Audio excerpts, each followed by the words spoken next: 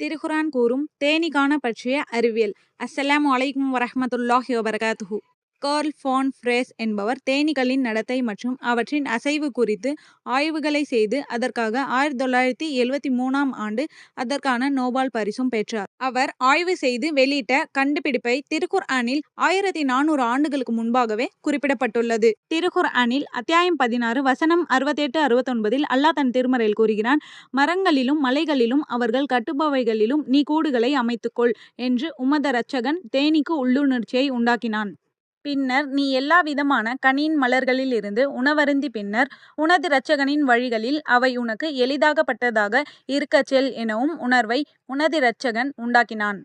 இதனால் அதன் வயிறுகளில் இருந்து தேனாகிய ஒரு பானம் வெளியாகுகின்றது. அதன் நிறங்கள் மாறுபட்டவையாகும். அதில் மனிதர்களுக்கு குணப்படுத்துதலும் உண்டு. நிச்சயமாக இதிலும் சிந்திக்கக்கூடிய கூட்டத்தினருக்கு ஒரு அத்தாட்சி இருக்கின்றது.